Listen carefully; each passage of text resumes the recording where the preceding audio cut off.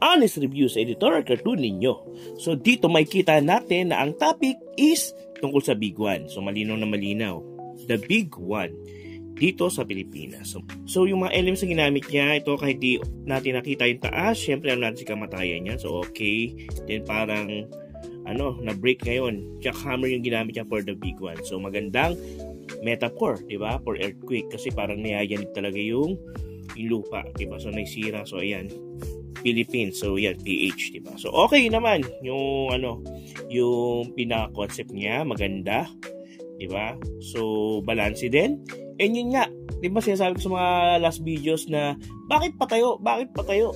So yun, ibang meta na pala ngayon, di ba? So okay naman daw yung mga patayo ngayon. May mga nanalo naman na patayo.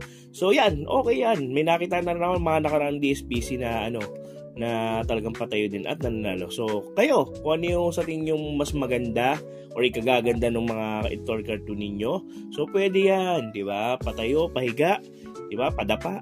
Sige, go yan, okay? So ano pa makikita natin? May mga feedbacks pa ba tayo dito? So labels, okay naman labels, di ba? Kahit hindi sobrang solid, di ba? Pero kung kaya pang di ba? Mas readable pa, di ba? Mas lakihan kung pwede pa. Huwag naman sobrang laki. Pero dito naman okay naman yan. Diba? Tapos technical. So drawing style niya. Yung drawing style niya, may mga ganitong gumagawa naman na parang talagang kala mo parang minamadali lang. Yung iba style naman, di ba? So okay lang yan kung yan talaga style mo. Pero syempre kung pang contest, mas gandaan mo pa, di ba? Dapat yung may impact talaga. Yung talagang katulad ni kamatayan, itim yung niya, damit niya, di ba? So dapat itiman din, di ba? So, I respect your style, kung style mo talaga yan. Pero yun nga, diba? Para mas may magandang contrast lang. Okay? Sa outlines yun, mas kapalan pa sana yung outline, diba? So, kapalan pa yung mga outline. Para maganda yung contrast. Shading, yun nga lang, medyo makalat yung shading. Yun nga, style niya siguro to, diba? Pero yun nga, may criteria tayong dapat sundin para align. Kung sasali tayo sa editorial cartooning. Okay? So, score na natin.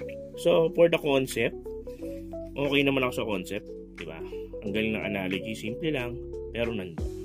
Okay? So, sige, bigyan natin ng 10. 10 yan for me. Di ba? So, technical, yun lang. Sa technical, medyo may igaganda pa to eh. Mas may, ibubuga pa, di ba?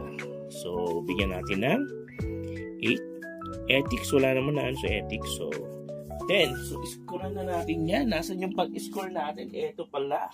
10, 8, 10, 10, 8, 8, 10.